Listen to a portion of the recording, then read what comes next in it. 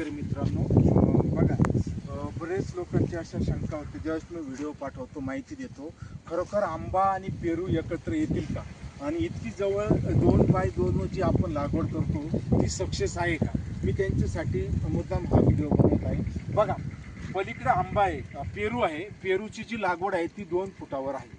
गल्लीची जी लागवड आहे ती 12 फुटावर आहे.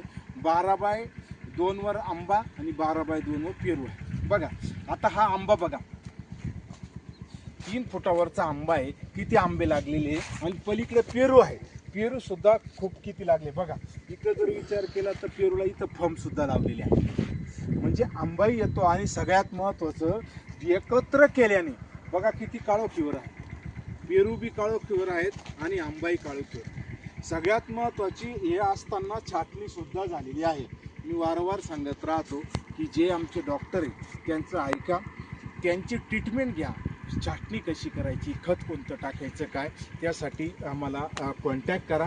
पण मी तुम्हाला अजून एक सांगतो, जे हे एकत्र आहेत, एकत्र बघा मोहगणी आहे, पलीकडे सुद्धा मोहगणी लावलेली आहे. पण ज्यावेळेस काही शेतकरी वेगळा प्रयोग करायला बघतात, म्हणजे आंबा स्पेशल आणि पेरू स्पेशल, तर नुकसान त्यांचंच होतं. इकडे असं बघा, इथं आंबा लावलेला आहे, पेरू एकत्र आहे, इकडे फक्त स्पेशल आंबा आहे. इथे एक गल्ली बघा, आंबा आणि पेरूची एक स्पेशल गल्ली. म्हणजे उत्पन्न बघा, तुम्हाला खर्च फक्त पेरूवर करायचा, आंबा तुम्हाला बोनस आहे.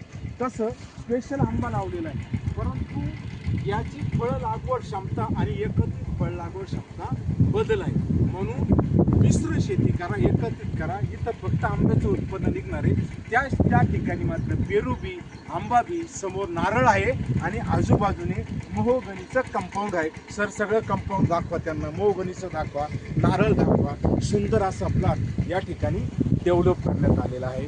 खूप खूप